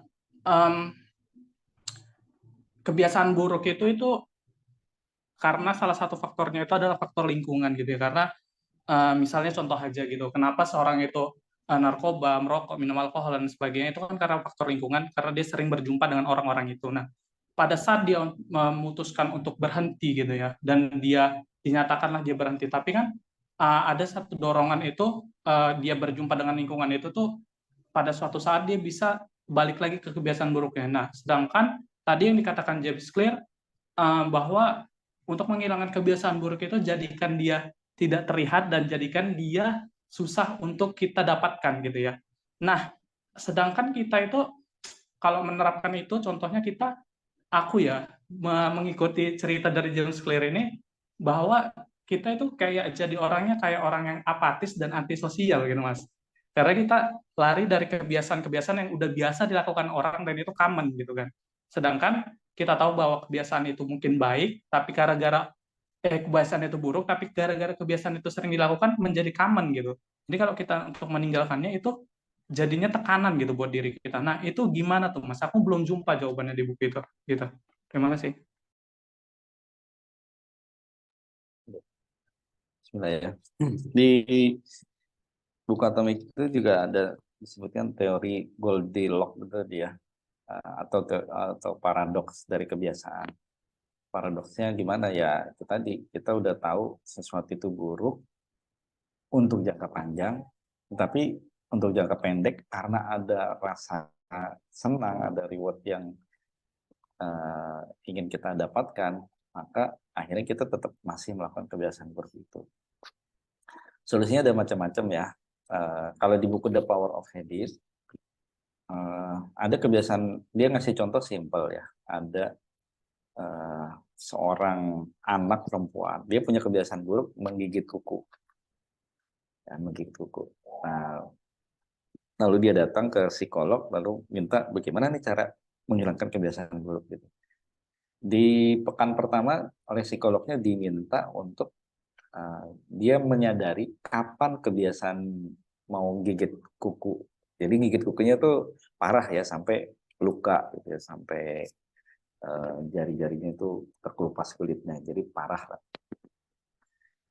Lalu dia diminta untuk menyadari ketika kebiasaan ini muncul ke kapan. Akhirnya dia ketemu, nah, dalam seminggu pertama, sehari itu dia bisa gigit kuku tuh bisa 20 kali lebih. Dan itu muncul pada saat dia lagi cemas, lagi takut, lagi gelisah.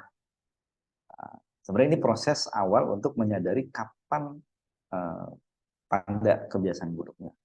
Nah, di minggu berikutnya yang diminta oleh psikolog itu adalah dia menyadari pada saat kebiasaan itu muncul, lalu mencari aktivitas pengganti. Misalnya kalau dia lagi cemas dan dia mau gigit kuku, cari aktivitas penggantinya.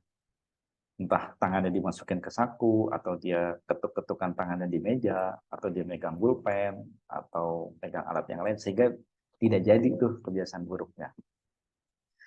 Nah, itu perintah yang keduanya. Dan ya singkat cerita, di buku itu dijelaskan, ya akhirnya dia ketemu caranya adalah dengan tangannya dimasukkan ke saku celana. Jadi yang minggu pertama dia menyadari timingnya, yang minggu kedua dia punya pengganti kebiasaan buruk. Itu di buku The Power of Habit. Kalau di buku The Atomic Habit, itu memang ya ditambahkan lagi ya, ketika kita ingin melakukan habit yang baru, perlu ada rasa senang yang kita munculkan. Perlu ada rasa bahagia, yang itu akhirnya perlahan-lahan mulai mengikis alasan kebiasaan buruk itu.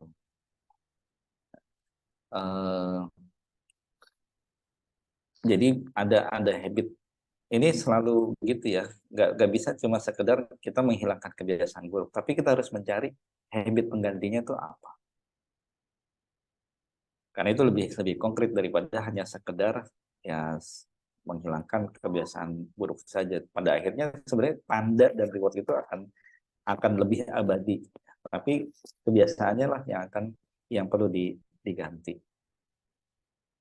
Nah, kemudian juga faktor tadi ya, kalau dikatakan kalau kita ingin menghilangkan kebiasaan buruk, seakan-akan kalau di buku Atomic Habit tadi Mas Hanafi sampaikan, seperti kita menjadi orang lain tadi asosial gitu.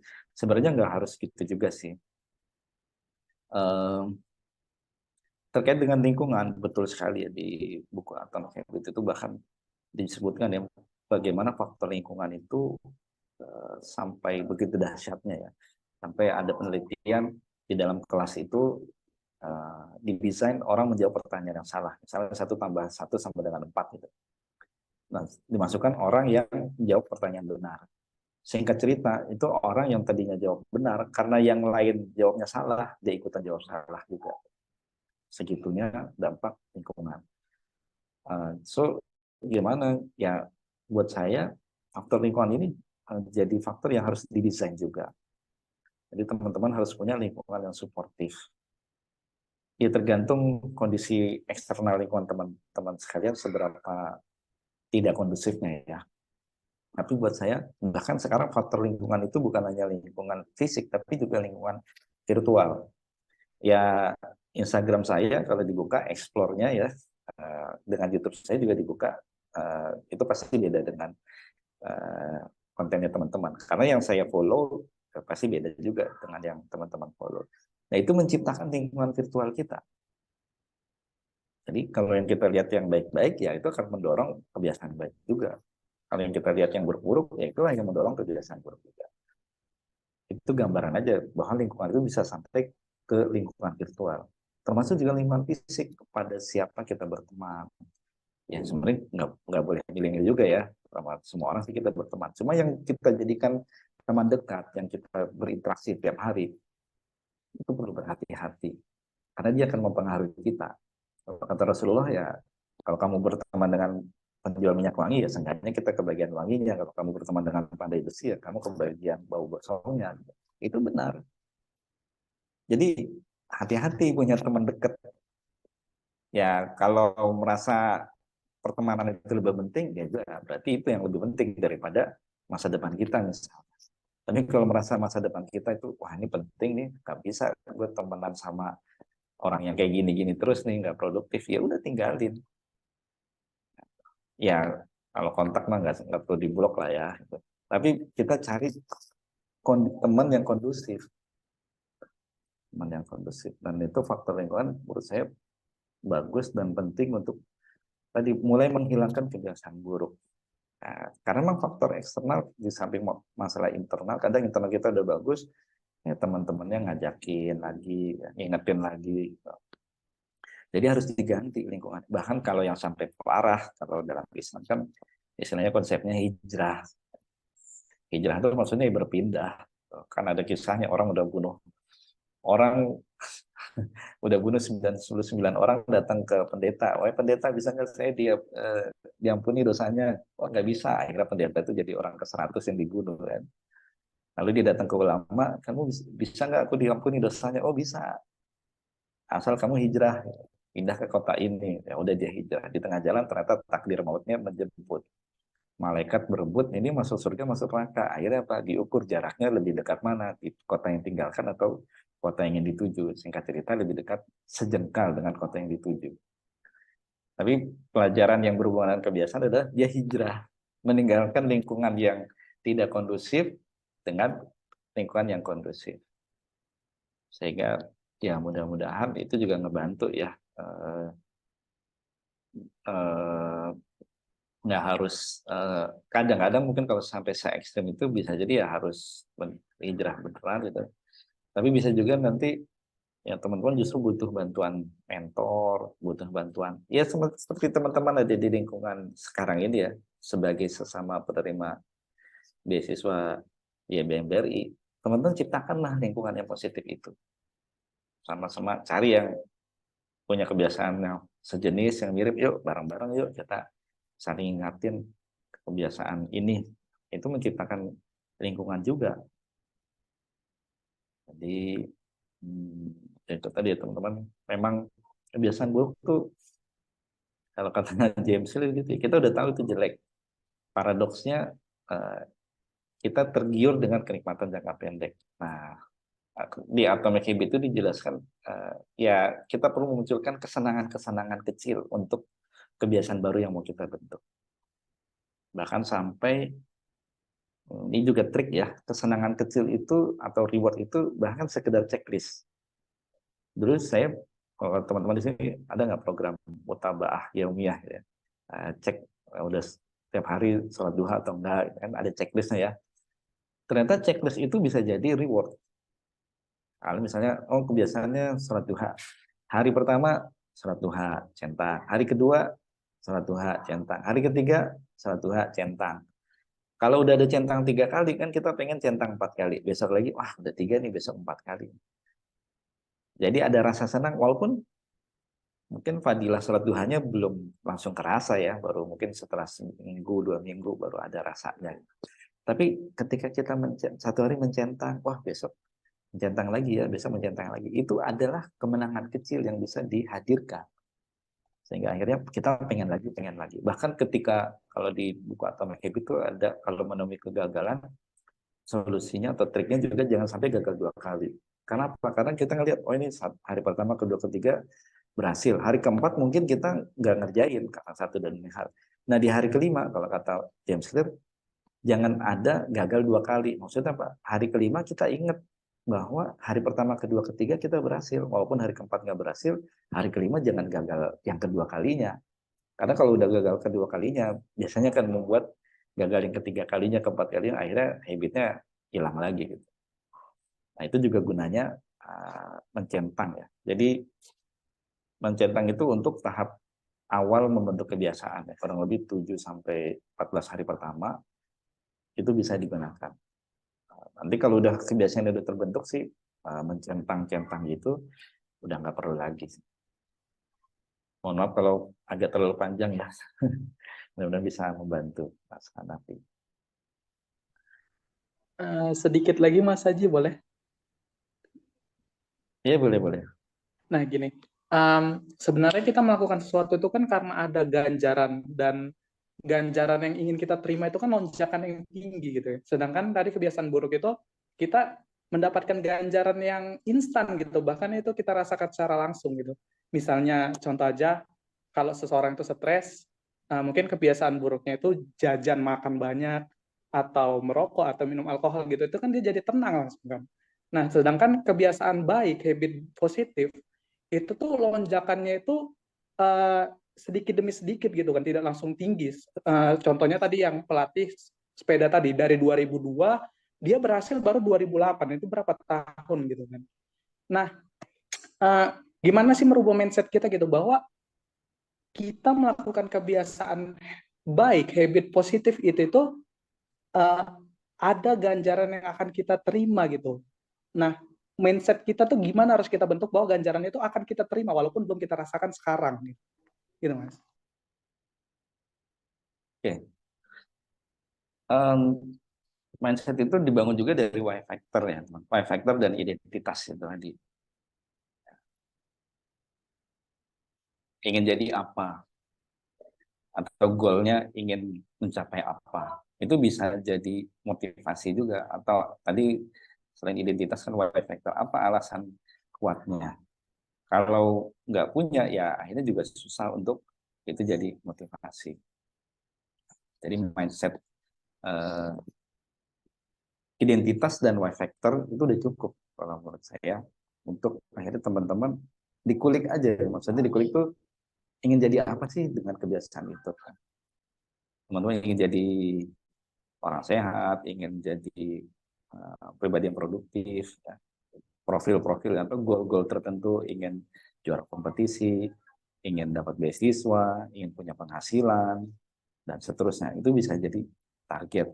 Ya. Mindset, artinya ada dreams atau target profil yang ingin dicapai. Atau Y factor juga sebab-sebab terbaik yang kenapa teman-teman pengen punya kebiasaan itu juga bisa membentuk mindsetnya.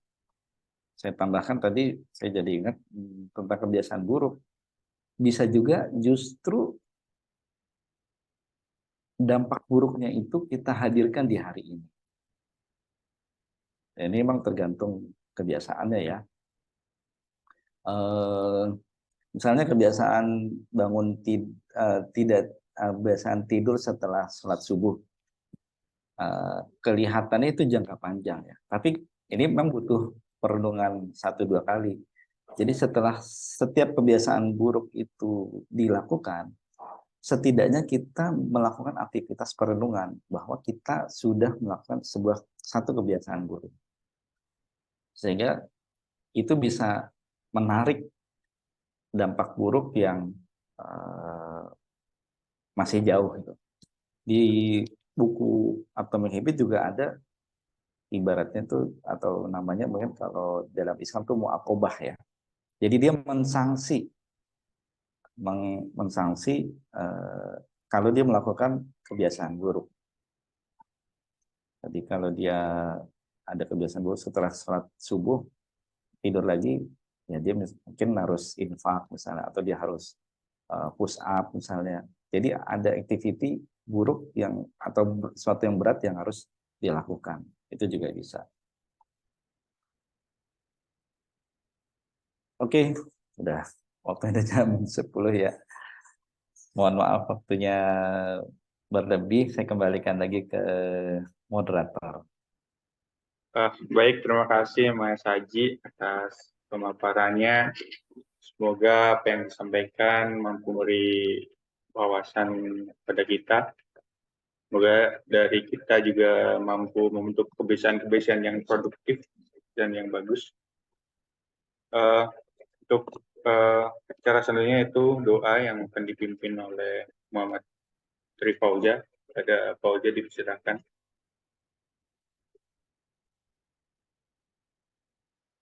Baik, terima kasih atas waktu dan layar ini. Persilakan untuk menambah keberkahan kegiatan kita pada malam hari ini. Alangkah baiknya sebelum kita tutup berdoa terlebih dahulu. A'udzubillahi minasyaitonirrajim. Bismillahirrahmanirrahim. Hamdan syakirin, hamdan na'imin, hamdan yakin wajibah ya rabbal alamin kam bagi rijal wajhikal karim wa izmi sultanik. Allahumma shalli ala sayyidina Muhammad wa sayyidina Muhammad. Rabbana zalamna anfusana wa lam taghfir lana wa tarhamna lanakunanna minal khasirin. Subhana rabbika rabbil izzati amma yasifun wa salamun alal mursalin walhamdulillahi rabbil alamin. Baik, sebelum acara dimulai mungkin dokumentasi terlebih dahulu untuk teman-teman bisa on-cam bentar.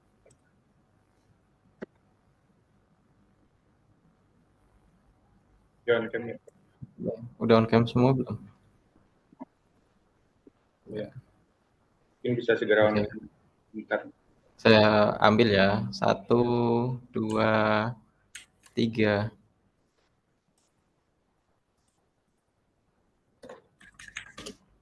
Lagi 1. 1, 2, 3.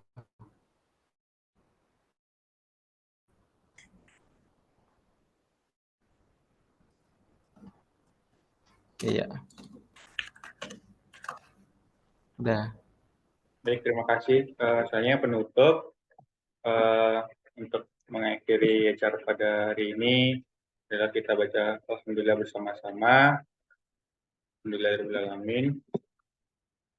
Saya selaku moderator mohon maaf atas nama yang bertugas pada hari ini, kurang lebihnya mohon maaf. Semoga hari ini kita mampu mendapatkan ilmu yang lebih. Untuk Mas Haji, terima kasih banyak. Saya tutup. Wassalamualaikum warahmatullahi wabarakatuh. Waalaikumsalam warahmatullahi Terima kasih, Mas. wabarakatuh. Terima kasih Mas Haji. Terima kasih sama-sama.